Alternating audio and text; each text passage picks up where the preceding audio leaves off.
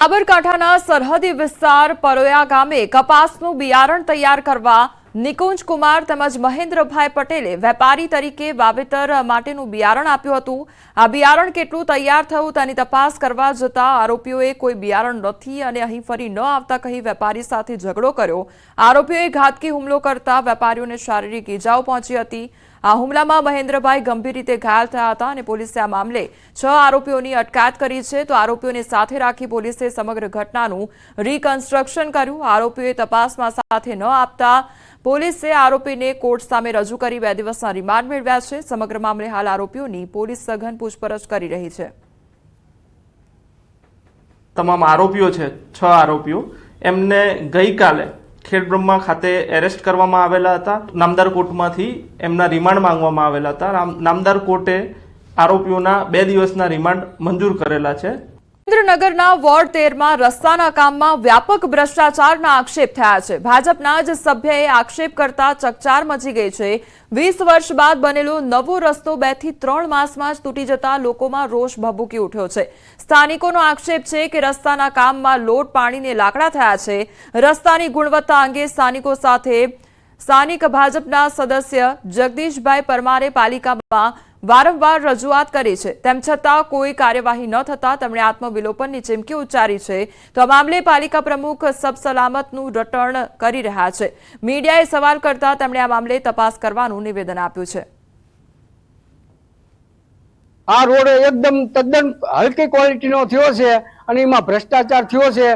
એમાં ગાબડા પડી ગયા છે, તો એ ગાબડા તો તાત્કાલિક રિપેર ન થાય પણ નવો જ બનાવવાની માંગણી છે અમારી। આ 20 વર્ષ પછી આ રસ્તો થયો છે અને હજી એમાં થયો તો એમાં કઈ હારાવટ છે નહીં કે લોટ પાણીના લાકડા જેવો કરી નાખો તો તમે જોઈ જાવ ખરબચડો છે। રોજ અમારે પાડોશીને બાજવાનું થાય છે, પાણીની સમસ્યા છે।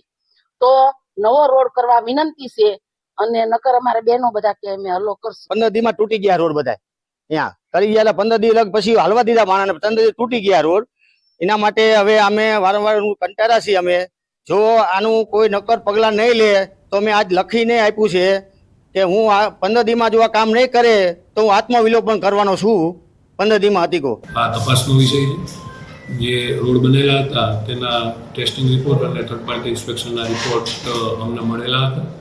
આમ છતાં જો ફરિયાદ હોય તો આની ફેર ચકાસણી કરવામાં આવશે અને પાણીના પ્રશ્નો બાબતે સરકારશ્રી દ્વારા નળ સે જલ યોજના જે પ્રગતિમાં છે તેમાં વઢવાણને અલગ ઝોન કરી અને કામગીરી લગભગ 80% જેવી પૂર્ણ થઈ ગઈ છે। પાણીની નાની મોટી સમસ્યાઓ છે, તેવી કોઈ મેજર સમસ્યા નથી। હિંમતનગરના સહકારી જીન વિસ્તારમાં પુલનું કામ પૂર્ણ થતા ખુલ્લો મૂકવામાં આવ્યો છે અને સાબરકાંઠા જિલ્લામાં નેશનલ હાઈવે 48નું છેલ્લા 6 વર્ષથી કામ ચાલી રહ્યું હતું, ત્યારે હિંમતનગરના સહકારી અને મોતીપુરા વિસ્તારમાં આવેલા 2 ઓવરબ્રિજ ન બનતા ભારે ટ્રાફિક જામની સમસ્યા હતી। ત્યારે હવે સાંસદ શોભનાબેનના હસ્તે પુલ ખુલ્લો મૂકવામાં આવ્યો છે, જેને લઈને વાહન ચાલકોમાં ખુશી જોવા મળી હતી। પુલના લોકાર્પણમાં સ્થાનિક ધારાસભ્ય સહિત અનેક કાર્યકરો ઉપસ્થિત રહ્યા હતા। સહકારી જીન ખાતે જે બ્રિજનું કામ પૂર્ણ થઈ ગયું હતું એને અમે સાધનોને જવા માટે લીલી ઝંડી આપી હતી માનનીય વડાપ્રધાન શ્રી નરેન્દ્રભાઈના નેતૃત્વમાં અને આપણા રોડ અને પરિવહન મંત્રી શ્રી નીતિન ગડકરીજીની આગેવાનીમાં 454 કરોડનું જે માતબર રકમ આ રોડ માટે નેશનલ હાઈવે માટે ફાળવી હતી। સ્પર્ધાત્મક પરીક્ષાઓને લઈને હાઈકોર્ટે અનેક સવાલ ઉઠાવ્યા છે। પરીક્ષામાં કેટલાક જવાબો પડકારવા મામલે સવાલ સર્જાયા છે, તેમજ દર મહિને આ પ્રકારની પરીક્ષા યોજાય છે અને દર મહિને હાઈકોર્ટમાં કેટલાક જવાબો પડકાર કરવામાં આવે છે। આ પ્રકારની સમસ્યાને અટકાવવા માટે એક્સપર્ટ કમિટીની રચના કરવા હાઈકોર્ટ દ્વારા સૂચન જારી કરવામાં આવ્યું છે। તાજેતરમાં લેવાયેલી વનરક્ષક ભરતીની પરીક્ષા મામલે હાઈકોર્ટમાં અરજી થઈ છે, તો 3 સપ્તાહ બાદ હાઈકોર્ટમાં વધુ સુનાવણી હાથ ધરવામાં આવશે। ફોરેસ્ટ ડિપાર્ટમેન્ટમાં જે એક્ઝામ લેવાની છે તે એક્ઝામમાં બહુ બધા સવાલોમાં ભૂલ છે। તેઓના જવાબમાં તે ભૂલો 4 વખત તેની આન્સર કી ફોરેસ્ટ ડિપાર્ટમેન્ટ દ્વારા જાહેર કરવામાં આવેલી છે। ચોથી આન્સર કીમાં પણ તેઓની ભૂલ હતી, તે માટે પિટિશનર દ્વારા હાઈકોર્ટમાં પિટિશન દાખલ કરવામાં આવેલી છે।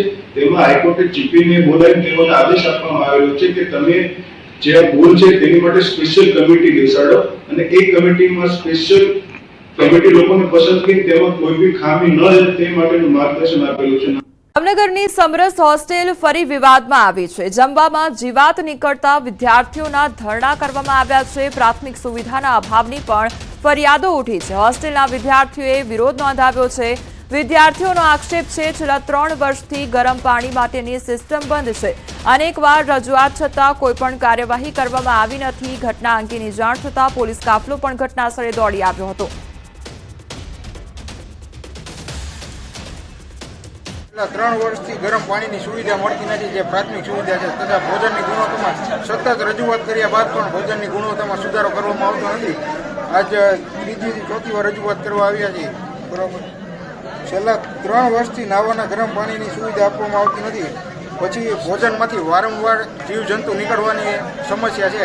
સમસ્યા એવી છે કે 3 વર્ષથી સોલારનું ઠપ છે, ગરમ પાણીની વ્યવસ્થા ઠપ છે અને જમવાની ક્વોલિટીમાં રોટલીથી લઈને વારંવાર મેડમને રજૂઆત કરેલી છે. હું પોતે ભોજન સમિતિની કમિટીની અંદર રહી ચૂક્યો છું.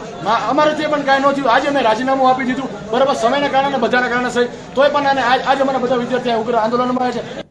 બોટાદ સાળંગપુર રોડ પર અનાજના ગોડાઉનનો કથિત વિડીયો વાયરલ થયો છે. સરકારી અનાજ સગેવગે કરવાના કૌભાંડના આક્ષેપ સાથેનો વિડીયો વાયરલ થયો છે. સિટી મામલતદારે સ્થળ તપાસ કરી. અધિકારીએ વિડીયોમાં દેખાતા ગોડાઉનમાં જઈને તપાસ કરી. ગોડાઉન ખાલી હોવાનું સામે આવ્યું છે, તો અંદર અનાજ ન મળ્યું અને મામલતદારે ઉપરી અધિકારીને સમગ્ર રિપોર્ટ મોકલ્યો છે. જિલ્લા પુરવઠા અધિકારીએ મામલતદારને તપાસ સોંપી છે. સ્થળે મુલાકાત કરેલી, અનાજનું ગોડાઉન ખોલી અને જાતે તપાસ કરેલી. આમાં કોઈ અનાજ કે કોઈ વસ્તુ પડેલી નથી. એ અંગેનું અમે સ્થળ સ્થિતિનું પંચનામું અને વિગતવાર અહેવાલ આજરોજ ડીએસઓ સાહેબને મોકલી આપેલ છે. આગળની જે પણ કાર્યવાહી કરવાની અધિકારી તરફથી સૂચના મળશે જે કરવામાં આવશે. ગોધરા તાલુકા સેવા સદન કચેરીમાં પંચમહાલ જિલ્લાના નાયબ કલેક્ટર અને જિલ્લા પુરવઠા અધિકારીએ વેશપલટો કરી ચેકિંગ હાથ ધર્યું હતું. તપાસ દરમિયાન રાશન કાર્ડની કામગીરીમાં ઘણી અનિયમિતતા સામે આવી હતી. સરકારે એફિડેવિટ પ્રથા બંધ કરી હોવા છતાં અરજદાર પાસે એફિડેવિટ કરાવાતું હતું, જેના કારણે 23 રૂપિયામાં થતી કામગીરી માટે અરજદારને 300 રૂપિયાનું આર્થિક ભારણ સહન કરવું પડતું હોવાનું સામે આવ્યું હતું. સાથે જ સ્ટેમ્પ વેન્ડર દ્વારા પણ નક્કી કરાયેલા નાણાં કરતાં વધુ નાણાં લેવામાં આવતા હતા, તો ઝેરોક્સ સેન્ટરમાં પણ વધુ નાણાં લેવાતા હતા. અરજદારોને પડતી અગવડતાને લઈ ચકાસણી હાથ ધરવામાં આવી, જેમાં અનિયમિતતા સામે આવતા અધિકારીએ જણાવ્યું હતું કે જોગવાઈ અનુસાર કામ નહીં થાય તો જવાબદારો સામે કાયદેસરના પગલાં ભરવામાં આવશે.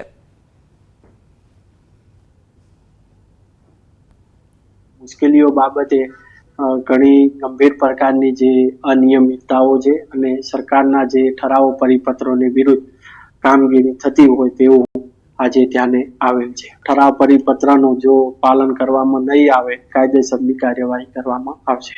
સ્ટેચ્યુ ઓફ યુનિટીના પ્રવાસીઓએ રેકોર્ડ તોડ્યો છે. 2023ની સરખામણીએ 2024માં વધુ પ્રવાસીઓએ મુલાકાત લીધી છે. 2024માં 58 લાખથી વધુ પ્રવાસીઓએ મુલાકાત લીધી. 2023માં 51 લાખથી વધુ પ્રવાસીઓ ઉમટ્યા હતા, તો 2018થી અત્યાર સુધી 1.80 કરોડ જેટલા પ્રવાસીઓ આવ્યા હોવાનો અંદાજ લગાવવામાં આવી રહ્યો છે. સ્ટેચ્યુ ઓફ યુનિટીના નવા પ્રોજેક્ટોને લઈ પ્રવાસીઓએ વધુ મુલાકાત લીધી, તો સ્ટેચ્યુ ઓફ યુનિટી પર સૌથી વધુ પ્રવાસીઓનું આકર્ષણ જંગલ સફારી, સ્ટેચ્યુ ઓફ યુનિટી અને ચિલ્ડ્રન પાર્ક રહ્યું હતું. તો સ્ટેચ્યુ ઓફ યુનિટીના પ્રવાસે ઘણા લોકો આવ્યા છે અને ખૂબ જ મોટો આંકડો સામે આવ્યો છે. ત્યારે સ્ટેચ્યુ ઓફ યુનિટીના પ્રવાસીઓએ રેકોર્ડ તોડ્યો છે અને જંગલ સફારી એ મુખ્ય આકર્ષણનું કેન્દ્ર લોકો માટે બન્યું છે. અને 2023ની સરખામણીએ 2024માં વધુ પ્રવાસીઓ દ્વારા મુલાકાત લેવામાં આવી છે.